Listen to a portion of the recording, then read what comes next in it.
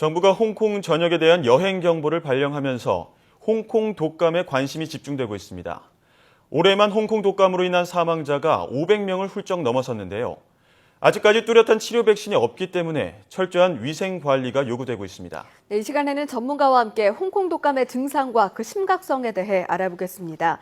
이동훈 전 대한의사협회 신종플루대책위원 전화로 연결됐습니다. 안녕하십니까? 네, 안녕하십니까? 네, 메르스에 이어서 이번에는 홍콩 독감에 대한 우려가 커지고 있습니다. 사망자가 발생한 것도 참 놀라운 일인데요. 먼저 홍콩 독감이 어떤 질병인지 설명해 주시죠. 그러니까 일반 홍콩 독감은 일반적으로 독감하고 똑같이 인플루엔자에 의해서 유발된 독감입니다. 인플루엔자는 다 아시는 것처럼 변이가 잘 이루어집니다. 예. 그러니까 독감 바이러스는 주로 차고 건조할수록 활동성이 더 좋아지기 때문에요. 겨울철, 즉 북반구는 이제 11월, 2월 이때 많이 유행하고요. 남반구는 지금 7월에서 12월 사이에 유행하는 것으로 알려져 있거든요. 예. 열대나 아열대 지방에서는 이제 우기에 주로 유행하는 것으로 알려져 있는데요. 이게 정확하게 왜 그런지 모르는데 아마 기온이나 습도 아니면 실내 활동량에 따라서 아마 이렇게 유행하는 것으로 되어 있고요. 그러니까 홍콩 독감이 뭐 특별한 독감이 아니라 그냥 똑같이 유행하는 독감이다 이렇게 생각하시면 될 것 같습니다. 예. 또 제가 듣기로는 홍콩 독감은 이미 1960년대 후반에 발병해서 유행했었는데요. 최근 이렇게 다시 유행하게 된 원인은 무엇인가요? 올해 유행한 것은요. 이번 홍콩 독감의 경우에는 2014년, 15년 저희가 백신들을 만들었는데요. 그 예. 구성에서 약간 좀 다른 게 유행했다라고 알려져 있거든요. 보통 독감 백신은 A형 백신 2종류하고 B형 1종류를 이제 선택해서 이제 제조가 되는데요. 예. 저희가 H3N2형이라고 그래서 작년도 이제 백신을 맞으셨던 거죠. 요거는 텍사스형 타입으로 만들어졌었는데 예. 이번에 분석된 거는 아마 스위스형 독감으로 이제 나타나가지고 쉽게 예를 들면 이제 예측이 약간 빗나간 거죠.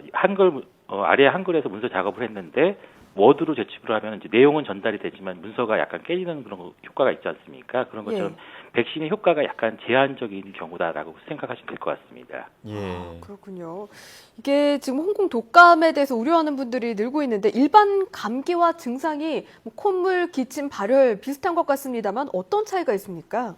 일반 감기는 상기도 감염증을 통칭하는 것인데요. 다양한 원인의 바이러스, 예를 들면 뭐 콧물 바이러스, 목 바이러스 이런 것들이 상기도에 부착되면서 감염증을 일으키는 거죠. 그래서 기침이라든지 콧물 이런 게 나타나는 건데, 네. 인플루엔자는 이런 것보다는 이제 심한 고열, 두통, 근육통 등이 동반되는 경우가 많습니다. 당연히 합병증이 발생할 가능성이 높기 때문에 우리 많이 주의를 기울이는 거고 예방 접종도 하는 것입니다. 예. 또 이 홍콩 독감 바이러스가 메르스보다 위험한 이유가 공기를 통해서도 전파가 될 수 있다라는 이야기가 있는데 어떤가요? 글쎄, 저도 그 얘기 듣고 깜짝 놀랐는데요. 어느 분께서 공기 감염이다 이렇게 말씀하셨나 봐요. 예. 근데 사실 교과서에는 이게 비말 감염으로 되어 있거든요. 그러니까 기본적인 전파 경로는 메르스하고 유사하게 비말 감염입니다. 다 아시죠? 이제 국민분들께서 이 침 같은 게 튀어나와서 어딘가에 부착되면 그걸 손으로 잡아가지고 입이나 코 등으로 가져가시면 이제 걸리시는 거거든요. 네. 근데 뭐 예를 들면 근데 아주 예외적인 경우로 바로 앞에서 기침하시면 그 기침을 제가 맞아가지고 이제 노출될 경우에는 공기 감염이 이루어질 수 있는데 상식적으로는 그런 경우가 거의 없거든요. 근데 의료진의 경우에는 이제 진료하면서 예를 들면 입 벌리고 해보세요 할 때 기침하시게 되면은 이제 그런 유사한 상황이 벌어질 수가 있는데 일반적으로 이제 그런 상황이 많이 발생되지는 않습니다. 그래서 그거랑은 좀 다른 거고요. 근데 문제는 이제 이 인플루엔자 같은 경우 증상이 나타나기 전에도 기침을 하시면 바이러스가 배출될 수가 있습니다. 그러니까 메르스와 달리 증상이 없는데 기침하시면은 이 바이러스가 튀어나올 수가 있거든요. 그래서 방역하기가 좀 힘든 게 이제 방역에서 이제 열을 측정하지 않습니까? 열을 측정하는데 열이 안 나신 분들도 이제 바이러스를 갖고 들어오실 수가 있는 것이죠. 그러니까 지금 같은 경우에는 아마 홍콩을 다녀오신 분들은 열이 안 나시거나 증상이 없으실 때도 기침하실 때는 좀 주의를 하실 필요가 있죠. 예를 들면은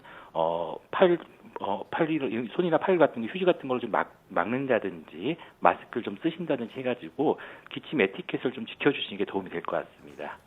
이게 미리 근육통 같은 증상이 없더라도 기침을 했을 때 홍콩 독감에 걸려 있을 수도 있는 거군요. 예, 그래서 그것이 좀 방역할 때 좀 제한점이 됩니다. 그렇군요. 이 또 홍콩 독감 바이러스 이야기할 때 메르스와 비교를 해본다면 전염력이 좀 더 있다고 들었는데 이게 사실입니까? 예, 그러니까 메르스 같은 경우는 이제 이번에도 이제 우리나라가 이제 잘 정리가 된 케이스인데요. 예. 유행 주기가 있습니다. 유행 주기가 잠복기랑 비슷한데요. 보통 한 10에서 14일 주기로 이제 유행파가 있었거든요. 근데 홍콩 독감, 인플루엔자 같은 경우는 이제 그 주기가 짧습니다. 잠복기가 한 1, 2일 정도밖에 안 되기 때문에 우리가 만약에 이 독감이 이제 유입이 됐는데 이걸 인지하게 되는 시점까지 이미 여러 세대에 걸쳐서 전파가 됐을 가능성을 배제할 수가 없는 것이죠. 예. 그래서 유행 주기가 짧기 때문에 그러니까 그 많이 이게 사람들한테 전파가 됐을 가능성이 있기 때문에 저희가 전염력이 좀 강하다 이렇게 말씀을 드리는 것이고요. 아까 말씀드렸듯이 증상이 없을 때도 이게 기침을 통해서 바이러스가 좀 나올 수가 있기 때문에 예. 기침 에티켓을 지키는 게 중요한 것으로 생각됩니다. 예, 또 홍콩에서는 500명이 넘는 사람들이 이 홍콩 독감 바이러스에 감염돼 숨졌습니다. 이렇게 치사율이 높은 이유는 뭔가요? 그러니까 인플루엔자 자체가 이제 치사율이 좀 높은데요. 아마 초기 진단이 굉장히 중요하거든요. 예. 그래서 우리나라 같은 경우는 이제 그 일선 의원에서도 이게 진단이 가능합니다. 신속 항원 검사라는 키트가 보급돼 있기 때문에 네. 좀 의심이 되시는 분들은 바로 가셔서 검사를 하시면 한 1, 20분 정도면 확인이 가능하거든요. 예. 그래서 아마 홍콩 갔다 오신 분들은 바로 검사를 하시면 되시고요. 그리고 우리나라 같은 경우는 타미플루를 지금 법적으로 이제 사용할 수 있도록 허가를 내줬거든요. 그래서 예. 빠른 시간에 타미플루를 사용하면은 어느 정도 조절이 가능합니다. 문제는 우리나라가 이 타미플루를 얼마나 이제 확보하고 있는지가 중요한데 아마 네. 정부 당국의 요구는 좀 메르스 상황이 진행되고 있더라도 확인이 좀 필요할 것 같습니다. 이게 말씀을 들어보니 전조 증상을 파악하기가 어렵기 때문에 네. 정말 좀 예상이 되면 빠르게 전문 기관을 찾는 것이 중요하겠다는 생각이 드는데요.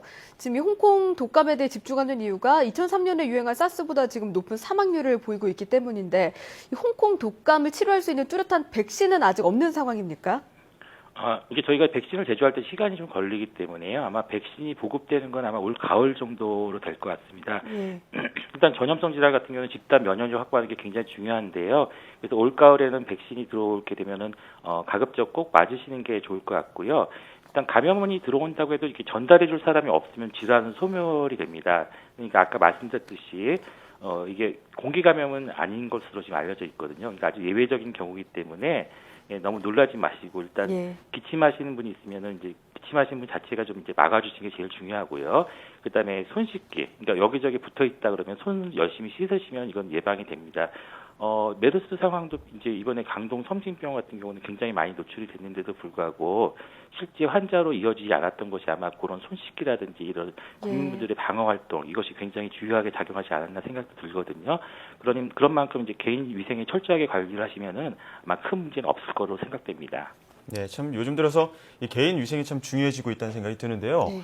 또 한 사례로 지난달에 인천공항에서 홍콩에 다녀온 30대 남성이 고열 증상을 보이면서 진단해 본 결과 홍콩 독감 판정을 받았는데요.